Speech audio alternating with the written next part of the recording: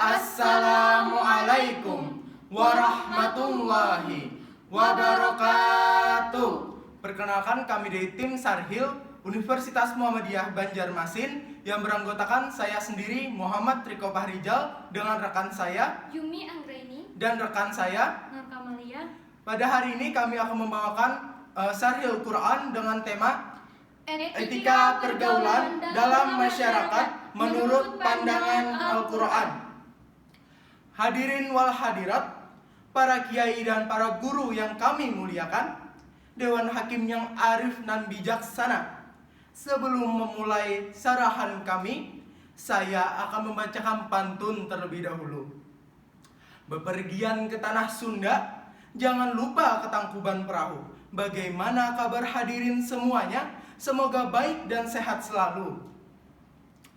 Pada hari ini, kami akan membawakan syarahan yang berjudul Etika Pergaulan Sesama Muslim dalam Bermasyarakat. Etika adalah suatu hak yang penting dalam bermasyarakat. Sedangkan kata etika itu sendiri juga cenderung identik dengan kata dalam bahasa Latin, yaitu mos, yang artinya adat atau tata cara berkehidupan. Dengan kata lain, etika Islam adalah sistem atau tata cara mengatur tingkah laku tentang kehidupan seseorang, terutama dalam bermasyarakat. Etika Islam adalah etika yang dilandasi oleh hukum Islam dan mutlak mengikat semua umat muslim, terutama dalam pergaulan. Bukti dari kurangnya etika dalam bermasyarakat adalah kenakalan remaja di era modern.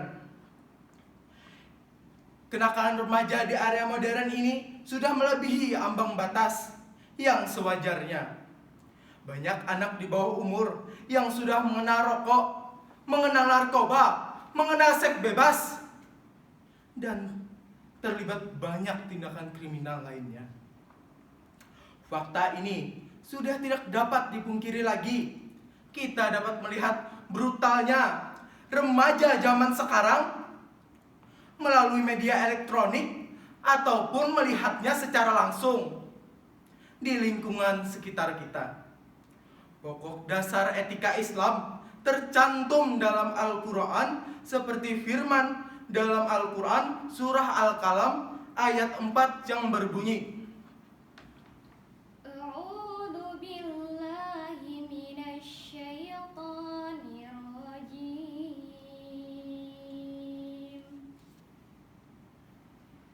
Bismillahirrahmanirrahim. Wa innaka la'ala khuluqin azim. Aku berlindung kepada Allah dari godaan syaitan yang terkutuk dengan menyebut nama Allah yang Maha Pengasih lagi Maha Penyayang. Sesungguhnya engkau Muhammad berada di atas budi pekerti yang agung. sedangkan dalam surah lain ada menjelaskan tentang golongan yang menyerukan tentang etika yang baik dan kebaikan yang sesuai dan tertuang dalam Al-Quran surah Ali Imran ayat 104 yang berbunyi, Waltakum minkum ummatun yad'una ilal khair. Ummatun yad'una ilal khair wa ya'muruna bil ma'ruf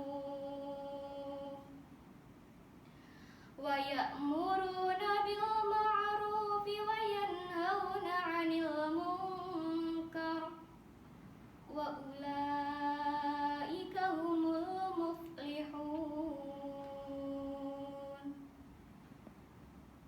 Dan hendaklah di antara kamu ada segolongan orang yang menyeru kepada kebijakan, menyuruh berbuat yang makruh dan mencegah dari yang munkar.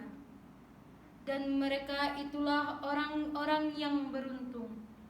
Dengan dasar inilah kami bertiga tergugah untuk menyampaikan sebuah sarahan yang berjudul Etika Pergaulan Sesama Muslim dalam Bermasyarakat menurut pandangan Al-Quran. Seperti yang sudah dijelaskan sebelumnya, etika adalah sistem atau tata cara mengatur tingkah laku seseorang, terutama dalam bermasyarakat. Dan dalam penelitian yang dilakukan oleh Agus Pranoto dan kawan-kawan yang berjudul Etika Pergaulan dalam Al-Quran dan Implikasinya terhadap Pembelajaran PAI di Sekolah, dalam penelitian ini juga dapat disimpulkan bahwa etika pergaulan sesama muslim dalam pandangan Al-Quran yaitu yang pertama, mengadakan perdamaian, yang kedua, menciptakan persaudaraan, dan yang terakhir atau yang ketiga, tidak menghina sesama muslim. Maka dari itu, marilah kita bedah satu persatu tentang 3 pergaulan sesama muslim dalam Al-Quran. Yang pertama adalah mengadakan perdamaian. Dalam arti sosial, perdamaian biasanya digunakan dan berarti pengurangan konflik seperti perang dan kebebasan dari rasa takut akan kekerasan antara individu, golongan maupun kelompok. Sedangkan perdamaian menurut Al-Quran di surah An-Anfal ayat 61 yang berbunyi, Wa in janahu lis-salmi fajnah laha wa tawakkal 'alallah innahu huwas-sami'ul 'alim. Tetapi jika mereka condong kepada perdamaian, maka terimalah dan bertawakallah kepada Allah. Sungguh Dia Maha mendengar, Maha mengetahui. Abu Hasan Al-Mawardi dalam tafsir Al-Mawardi menerangkan bahwa ayat tersebut memiliki 3 sudut pandang tentang perdamaian. Yang pertama, jika pihak yang bertentangan dengan Nabi Muhammad SAW menawarkan perdamaian, maka terimalah tawaran tersebut. Yang kedua, jika suatu kelompok yang memerangi Nabi Muhammad SAW melakukan gencatan senjata, maka umat Nabi Muhammad SAW sudah sepantasnya untuk melakukan gencatan senjata pula. Kemudian yang ketiga atau yang terakhir, jika ada suatu kaum yang mau menerima ajaran Nabi Muhammad SAW, maka terimalah mereka dan tidak perlu untuk tahu isi hatinya sampai curiga apakah yang mereka lakukan adalah atas dasar kerelaan secara lahir ataupun batin, bahkan tidak. Yang kedua adalah menciptakan persaudaraan.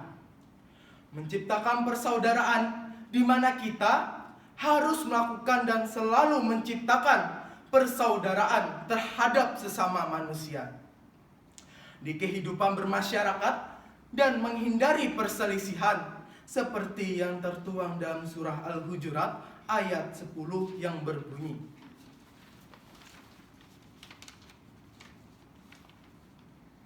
Innamal mu'minuna ikhwatun fa aslihu baina akhawaykum wattaqullaha la'allakum turhamun. Sesungguhnya orang-orang mukmin itu bersaudara. Karena itu damaikanlah antara kedua saudaramu yang berselisih dan bertawakallah kepada Allah agar kamu mendapatkan rahmat. Quran surah Al-Hujurat ayat 10 ini menjelaskan bahwa muslim itu bersaudara dengan muslim lainnya. Persaudaraan itu diibaratkan satu tubuh apabila satu tubuh sakit, maka lainnya juga merasakannya. Dan apabila perselisihan tidak terelakkan, maka tidak diperbolehkan sesama muslim tidak bertegur sapa selama 3 hari. Sedangkan yang ketiga atau yang terakhir, yaitu tidak menghina sesama muslim. Seperti yang kita ketahui bahwa menghina ada suatu tindakan yang tidak baik dan kurang terpuji serta kurang beretika. Maka dari itu, sebagai manusia yang beriman, sebaiknya jangan melakukan hal tersebut sesuai dengan yang tertuang pada Al-Quran surah Al-Hujurat ayat 11 yang berbunyi, Ya ayyuhalladzina amanu la yaskhar qaumun min qaumin asa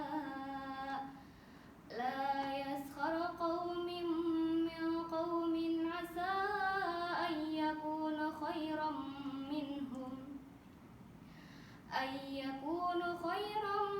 minhum wala nisa'un min